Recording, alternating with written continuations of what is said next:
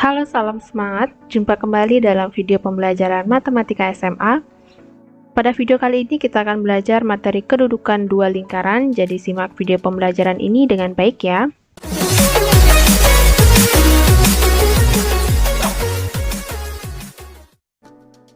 Nah, dalam belajar kedudukan dua lingkaran ini, kalian harus mengingat materi yang telah kalian pelajari sebelumnya mengenai cara menentukan pusat lingkaran dan juga cara menentukan jari-jari lingkaran.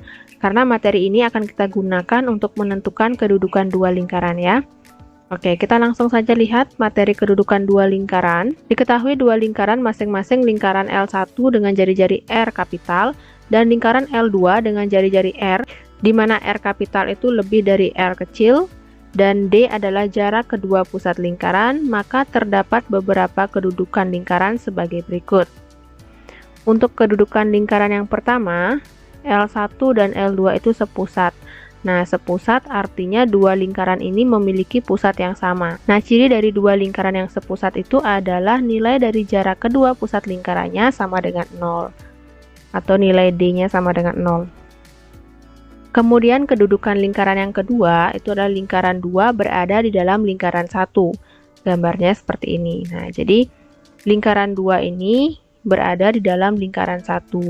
Ciri dari kedudukan lingkaran 2 di dalam lingkaran 1 itu adalah nilai D-nya kurang dari selisih jari-jarinya. Jadi nilai D-nya kurang dari R kapital dikurangi dengan R kecil.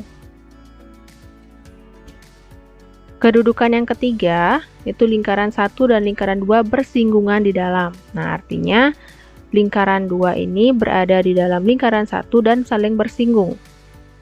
Gambarnya seperti ini. Kemudian ciri dari lingkaran yang bersinggungan di dalam adalah nilai D-nya atau jarak kedua pusat lingkarannya itu sama dengan selisih jari-jarinya. Nah, kalau tadi di sini, kalau L2 di dalam L1, nilai D-nya kurang dari selisih lingkaran. Kalau bersinggungan di dalam, nilai D-nya sama dengan selisih jari-jari lingkarannya. Kedudukan lingkaran yang keempat itu adalah L1 dan L2 bersinggungan di luar. Nah, tadi bersinggungan di dalam, sekarang bersinggungan di luar seperti ini. Jadi, ciri dari kedudukan lingkaran yang bersinggungan di luar adalah nilai D-nya sama dengan jumlah jari-jarinya. Jadi, D sama dengan R kapital ditambah R kecil. Kemudian kedudukan lingkaran yang kelima, itu lingkaran 1 dan 2 saling berpotongan. Di sini ada dua kedudukan lingkaran yang berpotongan ya. Untuk yang pertama itu lingkaran 2 pusatnya berada pada lingkaran 1. Jadi terletak di dalam lingkaran 1.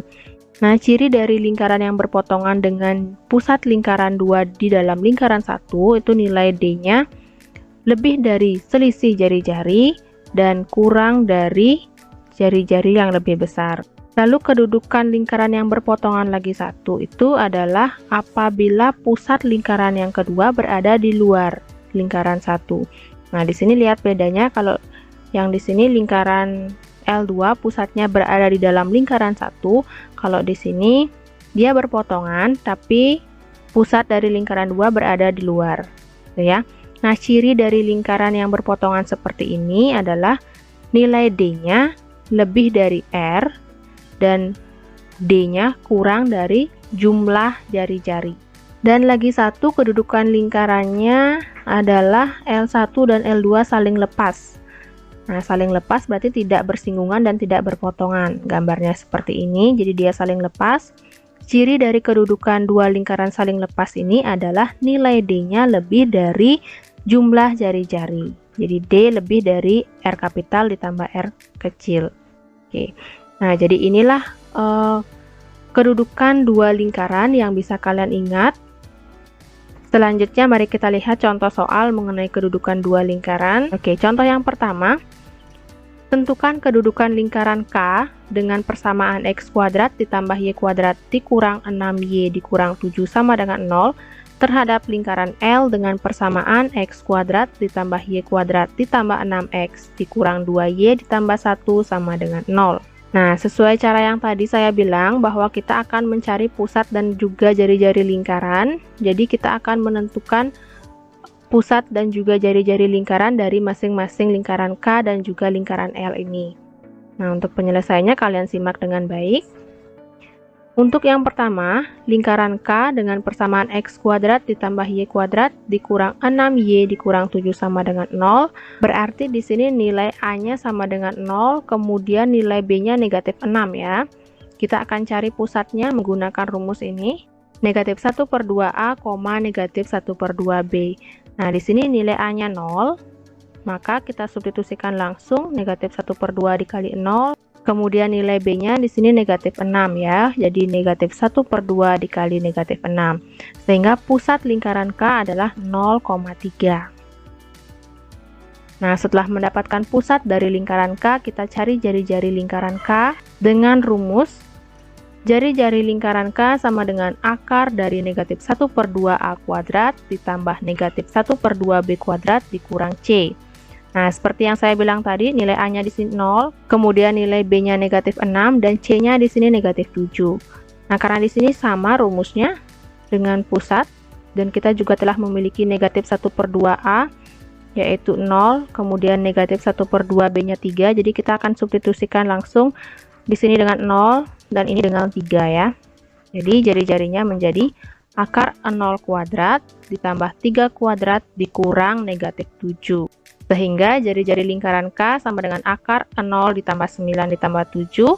Jadi 9 ditambah 7 sama dengan akar 16. Nilai akar 16 sama dengan 4. Nah, inilah jari-jari lingkaran K. Selanjutnya kita akan cari pusat dan juga jari-jari untuk lingkaran L.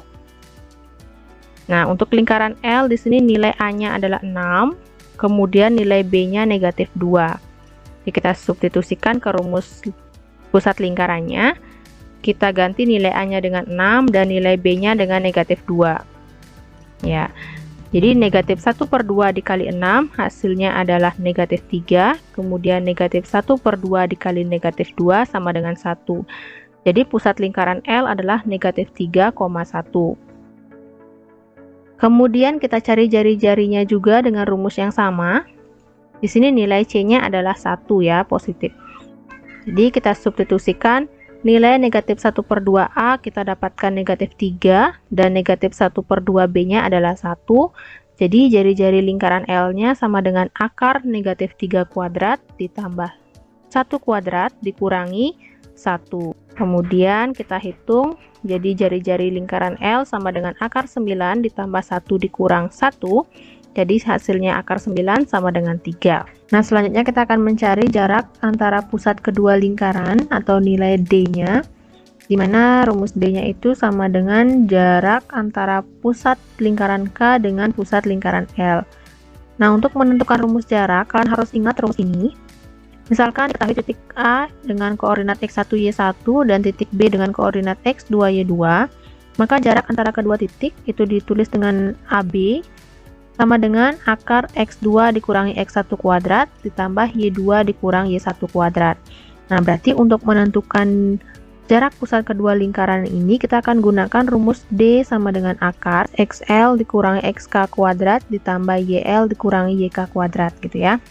Kita substitusikan D sama dengan akar negatif 3 dikurangi 0 kuadrat ditambah 1 dikurang 3 kuadrat, sehingga nilai D sama dengan akar 9 ditambah 4 sama dengan akar 13, atau kita cari nilai akarnya sama dengan 3,61. Nah, setelah mendapatkan nilai D, kemudian nilai R1 dan juga R2 sudah, kita akan melihat sekarang perbandingan antara nilai D dan juga nilai R untuk menentukan kedudukan dua lingkaran ini. Jadi kalau kita lihat nilai D 3,61 itu lebih dari jari-jari pertama dikurangkan dengan jari-jari kedua. Nah, jadi 3,61 itu lebih dari 4 dikurang 3, dan 3,61 itu kurang dari 4 ya. Atau kalau kita lihat 3,61 itu adalah nilai D, kemudian 4 itu adalah nilai dari jari-jari lingkaran pertama, dan 3 adalah nilai dari jari-jari lingkaran kedua. Nah, jadi konsep yang kita dapatkan seperti ini, di mana D-nya lebih dari R besar dikurang R kecil dan D-nya kurang dari R besar. Kalau kita lihat dari konsep kedudukan lingkaran yang tadi, kita bisa simpulkan bahwa kedudukan lingkaran K dan L ini adalah saling berpotongan. Jadi kalau kita lihat konsepnya seperti ini, maka lingkaran K dan L saling berpotongan dengan salah satu pusat lingkarannya berada di lingkaran lagi satu. Jadi yang seperti ini. Kita coba lihat contoh soal yang kedua ya. Diketahui lingkaran A berpusat di 4,8 dan melalui titik 2,8. Kemudian lingkaran B berpusat di 12,2 dan melalui titik 12,6. Tentukan kedudukan lingkaran A terhadap lingkaran B. Nah, untuk menyelesaikan soal nomor 2, kita lihat lingkaran A ini berpusat di 4,8. Berarti pusatnya kita telah memiliki 4,8. Itu artinya kita akan mencari jari-jarinya. Nah, kalau kita lihat soal seperti ini adalah lingkaran yang berpusat di A, B, jadi kita akan mencari jari-jarinya menggunakan persamaan lingkaran yang berpusat di A, B ya. X dikurang A kuadrat ditambah Y kurang B kuadrat sama dengan R kuadrat. Nilai A dan B-nya adalah 4,8.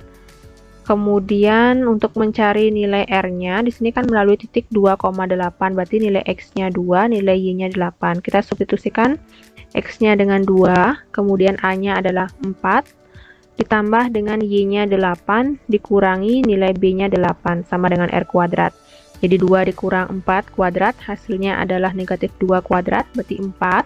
Kemudian ini 8 dikurang 8 sudah 0, sama dengan R kuadrat. Jadi R kuadrat sama dengan 4, maka nilai R-nya sama dengan 2.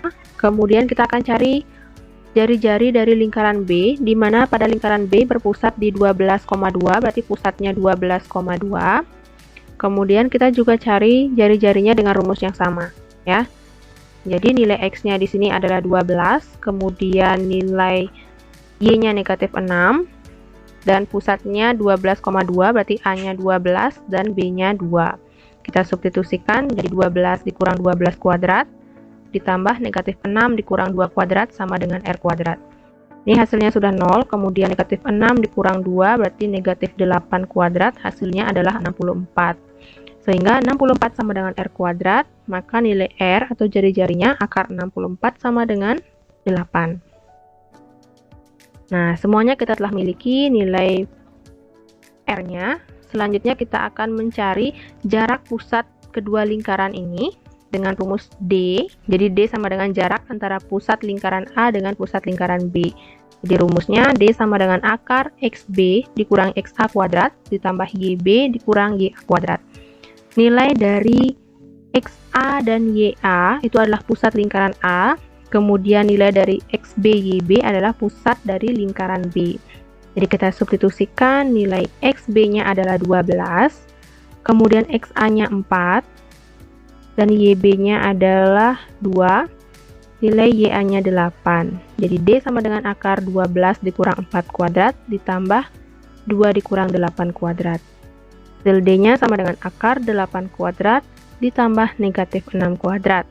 Jadi D sama dengan akar 64 ditambah 36, D sama dengan akar 100 atau nilai D sama dengan 10. Nah, sekarang kita telah memiliki nilai D dan R. Selanjutnya kita akan lihat perbandingan nilai D dan juga jari-jarinya. Jadi karena di sini lingkaran B yang memiliki jari-jari lebih besar, maka R kapitalnya adalah ini ya. Jadi kalau kita lihat nilai D sama dengan 10, di mana 10 ini sama dengan 8 ditambah 2 ya. Nah, kita lihat 10 itu nilai D. Kemudian 8 ini nilai dari jari-jari B. Kemudian 2 nilai dari jari-jari A.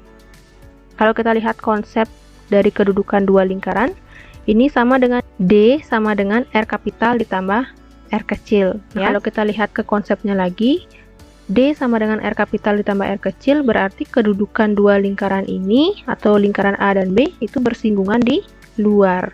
Nah, gambarnya seperti ini ya, bersinggungan di luar. Jadi lingkaran A dan lingkaran B saling bersinggungan di luar. Gitu. Nah, selanjutnya kita lihat contoh soal terakhir. Diketahui lingkaran P dengan persamaan X dikurang A kuadrat ditambah Y kuadrat sama dengan 25 dan lingkaran Q dengan persamaan X kuadrat ditambah Y kuadrat sama dengan 9. Tentukan nilai A jika kedudukan kedua lingkaran tersebut bersinggungan di dalam. Oke, berarti menentukan nilai A di sini ya pada lingkaran P. Nah, untuk penyelesaiannya, kalian lihat ini kedudukan lingkarannya bersinggungan di dalam, berarti konsepnya itu adalah D sama dengan R kapital dikurangi R kecil. Nah, berarti kita akan mencari pusat dan juga jari-jari lingkarannya terlebih dahulu.